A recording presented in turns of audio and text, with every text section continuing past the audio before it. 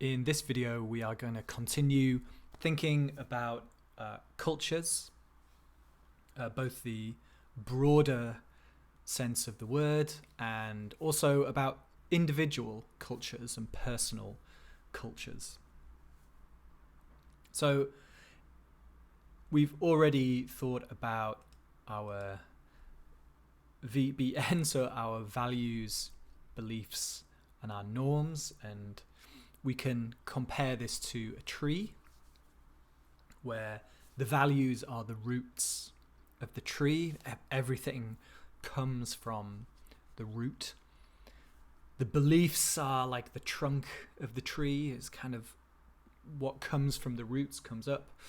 And then the norms are the leaves of the tree. It's kind of the end result of that tree. So we've talked about values and beliefs being the small c culture, the invisible culture. And we've talked about the norms being the visible actions. It's what we see. It is the result of the values and the beliefs.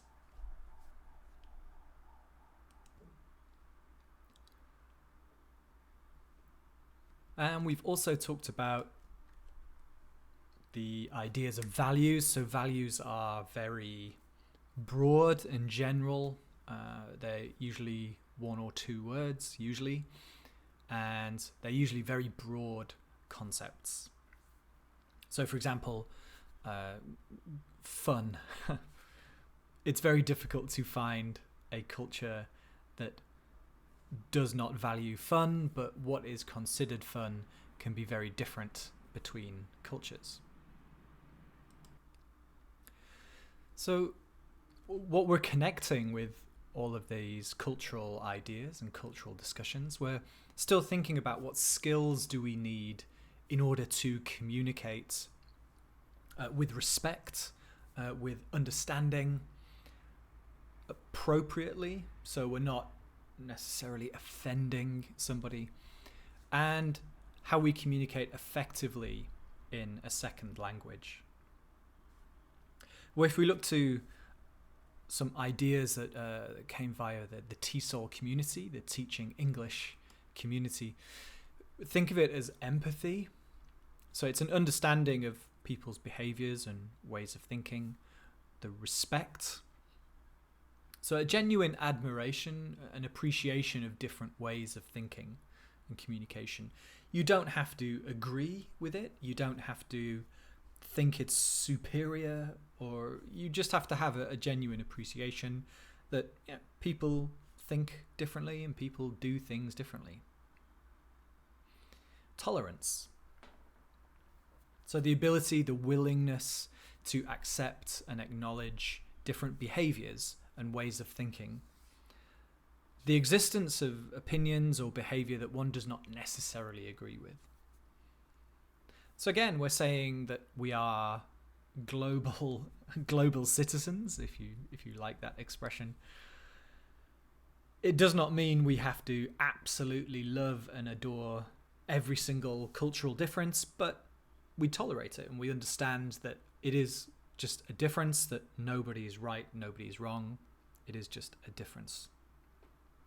So a sensitivity is the next.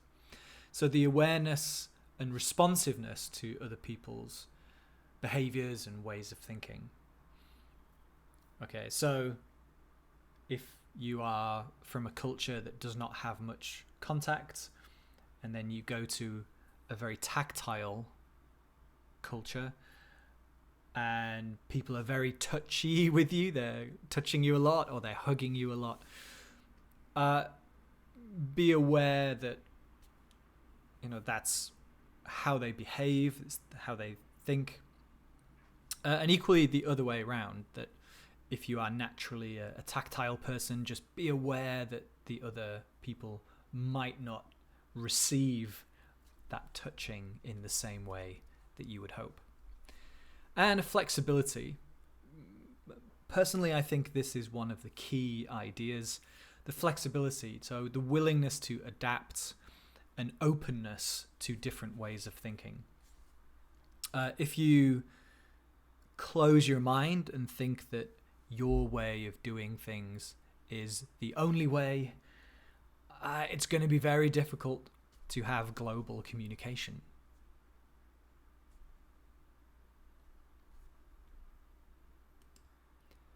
So another one of our key ideas comes from a cultural researcher called Hofstede. And this research came about in the late 60s and the early 70s, but has been adapted and refined since then. So Hofstede talks about cultural dimensions. So these elements that kind of affect our culture and affect our behavior. So we have 6 here. So number 1 is power distance. So power distance is about how comfortable we are with power structure. This can include things like how centralized power is, how much work is delegated, whether people are referred to by their job title or by their first name. So if we think of power as being a triangle, wider at the bottom and thinner at the top, then power distance would be a much flatter, can include much flatter power structures. So some structures are just a triangle and some are much, much flatter than that. There's not necessarily individuals at the top. Okay, we'll get into more details on these in a moment. I'm just giving you a broad overview.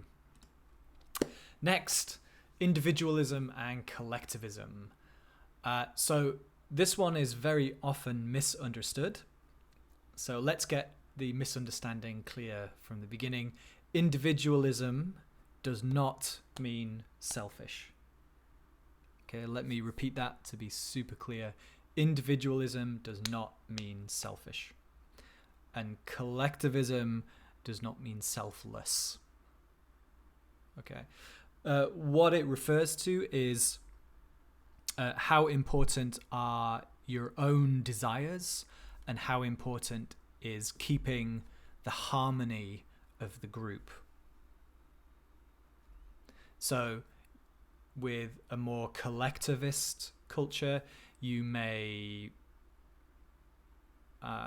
reduce the importance of your own opinion because it would affect the harmony of the group. Whereas within a more individualistic culture, disagreeing within a group is not a problem. It's not seen as a negative thing. It's just seen as part of a discussion. Next is masculinity, femininity. Again, this one is misunderstood frequently. So masculinity and femininity is about behavior. It's not about being a man or being a woman. So in more masculine societies, what is important is success, being seen to be successful. So people seeing you as a successful person. And there's more pride, individual pride in more masculine societies. Whereas in more feminine societies, the importance is about nurturing. It's about other people's feelings. It's about the harmony of the group. So again, we can see connections to collectivism in this case. So yes, this is masculinity and femininity in the Hofstede cultural dimensions is not about being a man or being a woman.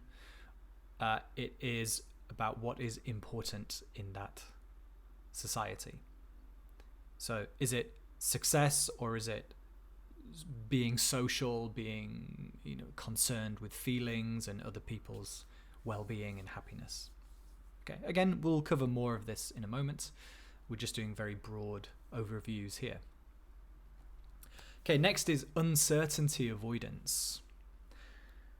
So with this dimension, we are thinking, how comfortable is a person with ambiguous situations? So situations that are not definite or not black and white. So how comfortable are they? So some cultures and some individuals are very comfortable not knowing the future, not knowing definite rules. Other cultures, other individuals are very uncomfortable with this, and they need very clear guidelines, very clear rules, very clear directions. Okay, so uncertainty avoidance, how comfortable is someone with an indefinite situation? Okay, next is long-term orientation. We can think of this as past, present, and future. So how comfortable is somebody with changing tradition, for example? Or is tradition very important? In which case, that would be long-term orientation. Or are people very comfortable with changing tradition, ignoring tradition? That would be more long-term orientation. They're thinking more about the present and the future and less about the past. Okay, the sixth dimension is the most recently added, and this is indulgence. So how important is satisfying your desires? Okay, so the opposite of indulgence would be restraint, where people try to suppress or withhold their desires for many, many reasons. It's about cultural norms. But in a more indulgent society, then it tends to be more impulsive, making decisions very quickly and enjoying those desires in a much more immediate and free and self-conscious way. So let's look a bit more specifically at each one with some extra examples. So power distance. So people expect and welcome inequality. So on the left, we have a very high power distance. So your boss has a company car, has a big office, a big private office. They have company credit card that they can use. In a high power distance culture, people are very comfortable with that. Yeah, my boss has all of these things. That's fine. People expect it, and people are pretty comfortable with it. They don't see it as a problem. They don't feel inadequate because they don't have it. In their minds, that is just, hey, look, that's what a boss has. A boss has the big office. A boss has their own car, paid for by the company, etc. Maybe I don't ever call my boss by their name. I just call them by their title, their job title. However, on the right side, we see people want to minimize inequality. So that would be a low power distance society. So in that kind of culture, the boss does not want to be seen as being very special. So maybe they don't have a private office, maybe they don't have have a company car. In high power distance cultures, for example, the the CEO walks into the building and somebody is holding the elevator ready for them. They get in the elevator alone and they go up to their private floor. They have a whole floor of the building. That would be high power culture, and people are very comfortable with that. Whereas low power culture, the boss would come in, get in the elevator with anybody else and go up to maybe a smaller office, or maybe they sit in with all the other workers. So with power, if we look at the second example, high power distance, the power is more centralized and that is preferred. Okay, so power is in one place, maybe with one person. Whereas low power distance, on the right side, we have more decentralized power. So the power is actually spread amongst other people.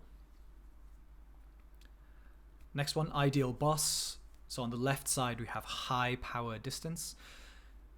The ideal boss is autocratic. Okay, so that means she or he makes decisions. They don't ask anyone's opinion. They don't ask anyone's permission. They simply tell you, this is my idea, do it. On the right side, we have the more low power distance. So the ideal boss is more democratic. They might take other people's opinions, and even if they disagree, if enough people have a different opinion, they may give in and actually go with that opinion. And again, privilege and status at the bottom, very similar. People are comfortable with bosses having a lot of privilege and a high status. Whereas on the right side, we have more low power distance. People not so happy about that, not so comfortable with bosses having high status and high privilege. Next, we have uncertainty avoidance. So how comfortable is somebody with ambiguous situations, with not definite situations? So on the left, we can see low uncertainty avoidance. That uncertainty is just a normal part of life. It's a normal feature. Whereas with high uncertainty avoidance cultures, uncertainty is a threat. It makes people very uncomfortable to not know definite rules or not know definite dates, definite instructions. If they don't know how much money they're making next month, becomes very uncomfortable. So next, ambiguous situations. So people are comfortable with ambiguous situations. They don't mind at all. Whereas with high uncertainty avoidance, ambiguous situations are feared and avoided. With rules, with low uncertainty cultures, they look for only just a few necessary rules, and everything else, it does not have to be black and white. It can be very grey. So just a few necessary rules, and the rest of it, they're very comfortable just, finding their own way. With high uncertainty avoidance and rules, there is an emotional need for rules. So for example, if you get an assignment that says, write a paragraph about communication. And that's it. That's the only instruction. Write a paragraph about communication. With low uncertainty avoidance, they would be like, okay, yeah, communication, fine. I'll write a paragraph about that. With high uncertainty avoidance, they would want to know, well, how long does it need to be? What kind of communication? Like media communication or communication between animals, or like how many words does it need to be? Do we need to use a certain tense? Like how big should the font be? So in high uncertainty avoidance cultures, there is a need for those kind of very distinct rules. And in fact, if you do not give them those rules, they start to feel very uncomfortable. With innovation and taking risks, with low uncertainty avoidance, there is a tolerance for innovation, taking risks, and if that risk is not successful, there's a kind of generally positive, well, never mind kind of attitude. With high uncertainty avoidance, there is a big resistance to taking risks, which affects innovation because innovation requires you to take a risk. And motivations for actions. So motivation by achievement. So somebody who is has a low uncertainty avoidance, they want to be successful. Whereas high uncertainty avoidance, they may be motivated by security. So think about the choice of job. So the difference between wanting to be a government officer or wanting to be an artist, you wanting to make the best art that you could ever make. One is usually about security and one is usually about achievement. So the next of Hofstede's dimensions is individualism and collectivism. So again, this is not about individualism is selfish and collectivism is selfless. That is not the case. So with identity, so with individualism, the identity is based on the individual. You are comfortable being different to people around you, having different opinions, dressing differently, wanting different things. Whereas in a more collectivist society, the identity is based on that social network. What is your group? So your group becomes a big part of your identity. Focusing on maintaining balance. So with individualism, achievement and honesty is very important. It's valued. So that means in, for example, a group project, you and a more individualistic person is quite comfortable disagreeing with the group because their focus is on having the best result. So they don't mind being the only person in a group to disagree with something in a group project if they think that the result will be better. However, with collectivism, the focus is on harmony and loyalty to the group. So disagreements are less volatile in this case, or less voiced, should I say, because the harmony of the group is much more important. With communication, communication is low context. So this means that it's a very fancy way of saying that communication is explained very clearly about how you feel and what you think. In a collectivist culture, the communication is normally high context, and this means that you don't have to explicitly say what you mean because the rest of the group kind of understand how you feel without you having to express it specifically and explicitly. With employer-employee relations, so employer-employee relations are based on a contract. An individualistic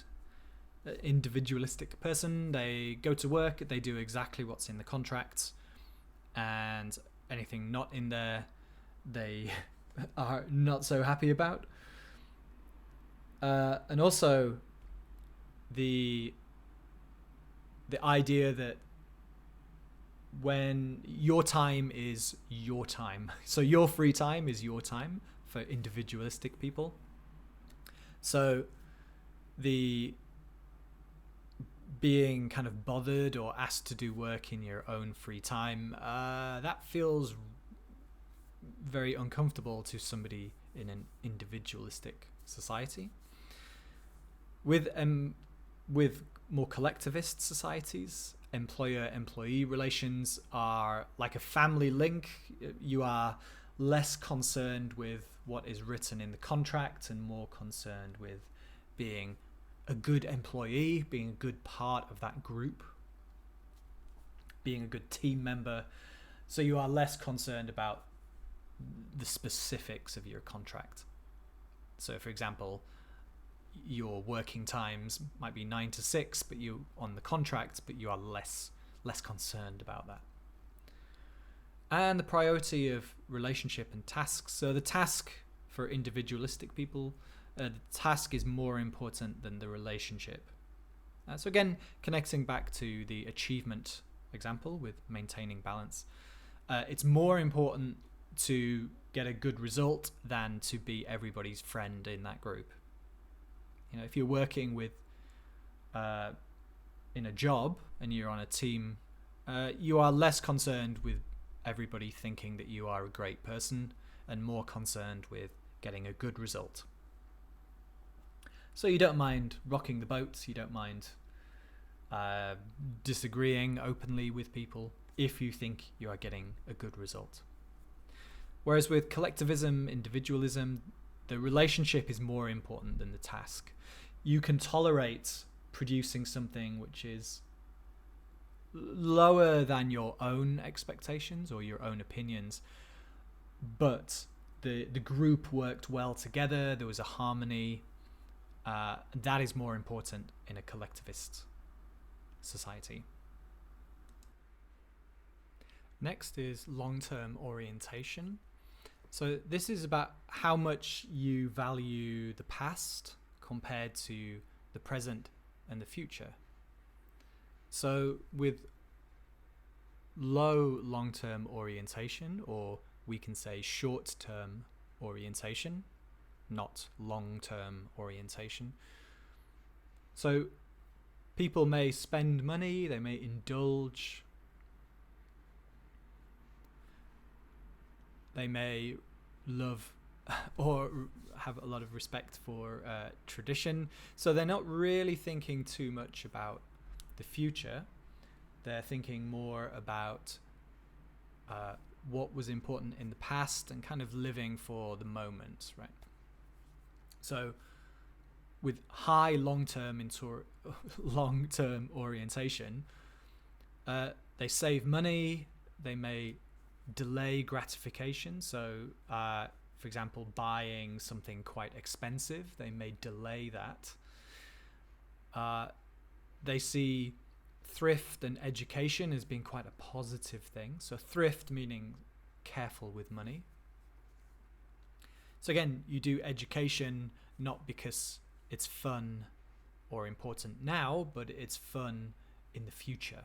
Okay, so long term, it's a good idea. Like in the moment, it's not that fun necessarily, but the results are important. So with short-term orientation, they really look for quick results. So even if it is damaging in the future, they are more concerned with getting a result now. And they may ask a lot of questions like why? Like why are we doing this? Why not do something else? Long-term orientation by definition requires patience. It requires you to know the reward or the positive action will actually come later. So with the time focus, short-term orientation is concerned with the past and the present, and long-term orientation is about the future. So for example, short-term orientation, they would prefer to keep doing something in a traditional way because, well, that's how we have always done it. Why are we changing? There's no reason to change. Whereas long-term oriented societies, they are quite comfortable ignoring or changing traditions if they feel that it has a benefit for the future. All right.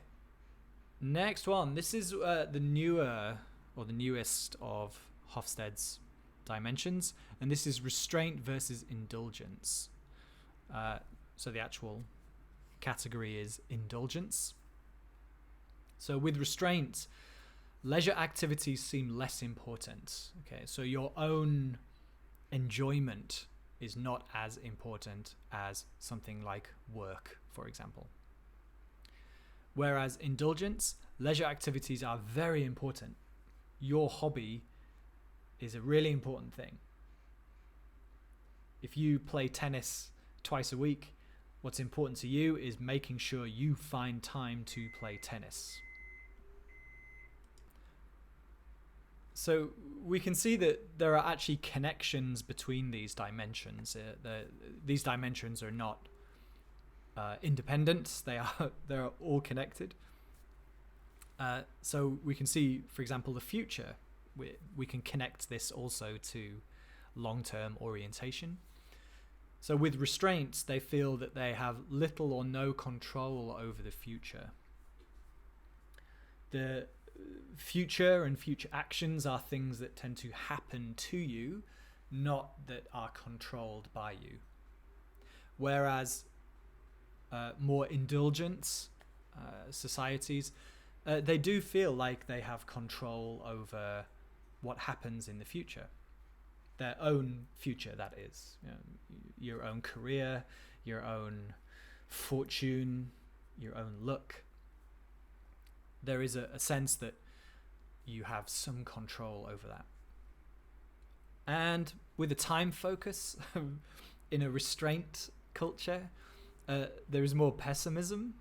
The culture tends to be more controlled and rigid behavior. So by this we mean behavior is a lot more routine, is a lot more restricted, whereas in an indulgence culture, the focus is more on personal happiness. So there is less control in a culture, there is more optimism, and behavior is less routine, less rigid, and personal happiness is the focus. Okay, so these are our 6 dimensions. So these are often shown comparing two cultures in graphs like this, where we have, for example, here one culture in the blue and one culture is in the yellow. So let's compare 4 different cultures in this case. So I'll just give you a moment to look at this.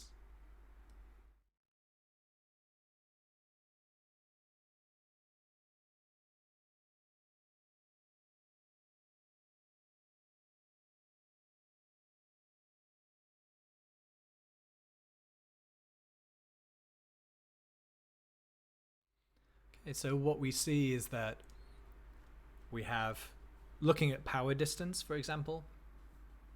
So the blue and purple culture, they have quite high power distance, whereas the green and the orange culture have kind of low to mid power distance.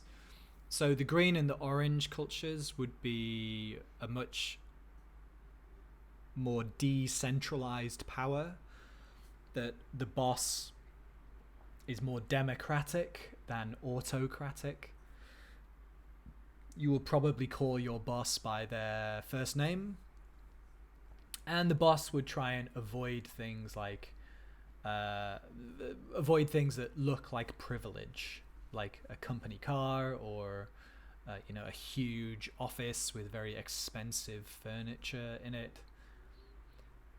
Another example, if we look at individualism, so we can really compare these two things: high power distance but low individualism for the blue and the purple, whereas we have the opposite with green and orange. Now, again, these dimensions are connected, right? These dimensions are not independent of each other. So in this case, individualism, orange and green, You are quite comfortable disagreeing in a group, and you are quite driven by the achievements of group projects rather than being popular or the harmony of the group. Whereas blue and purple, the harmony of the group, the peacefulness of the group is more important than the result. Okay, so we can totally see the connections here between low power distance but high individualism. This is not universal, but we can see why those two things would be connected. If we look at long-term orientation, we have a different split. Okay, so now this time blue and orange have long-term or short-term orientation in this case. So they are more concerned with the past. They are more concerned with getting the benefits in the present and less concerned about long-term issues. Whereas purple and green are very long-term oriented. So the idea of changing things, of making sacrifice now but for the benefit of the future, is very important and very comfortable in that culture. Now, it's not particularly important, but just in case you are interested, the countries that this is from is Brazil in the blue, China in the purple, or the lilac maybe. Germany is in green, and the United States is in orange. Okay, so I'll just give you a moment to have a look at that.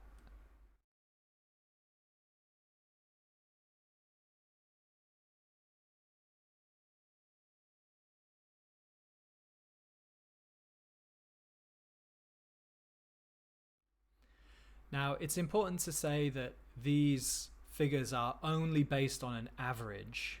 So basically, Hofstede gave out surveys or questionnaires to many people in each country, and what we are looking at is simply an average. So this does not represent an individual person. It does not represent every person in a certain culture. It is simply an average. Okay, so in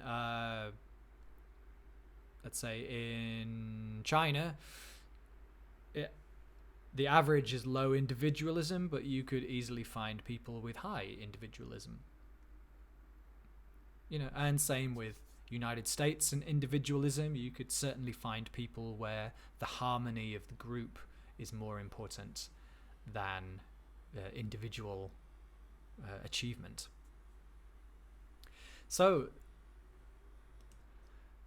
this was a very quick look at Hofstede's cultural dimensions. So we have power distance, individualism, collectivism, masculinity, femininity, uncertainty avoidance, long-term orientation, and indulgence. They are not independent, they are interconnected, and they are not absolute. Individuals in any culture will have vastly different dimensions, and also those dimensions depend on the situation. For example, uncertainty avoidance, an individual may be very comfortable with a lack of rules or instructions, but they may be very uncomfortable with not knowing how much money they will make next month. They may prefer a salary where they get the exact same amount of money every month. So they have high uncertainty avoidance financially, but low uncertainty avoidance with rules. Okay, so we have to accept that individuals, it can vary massively, and it is also very contextual. However, we can see that cultures have these dimensions, that affect the norms of their culture, of their society. All right, thanks for listening.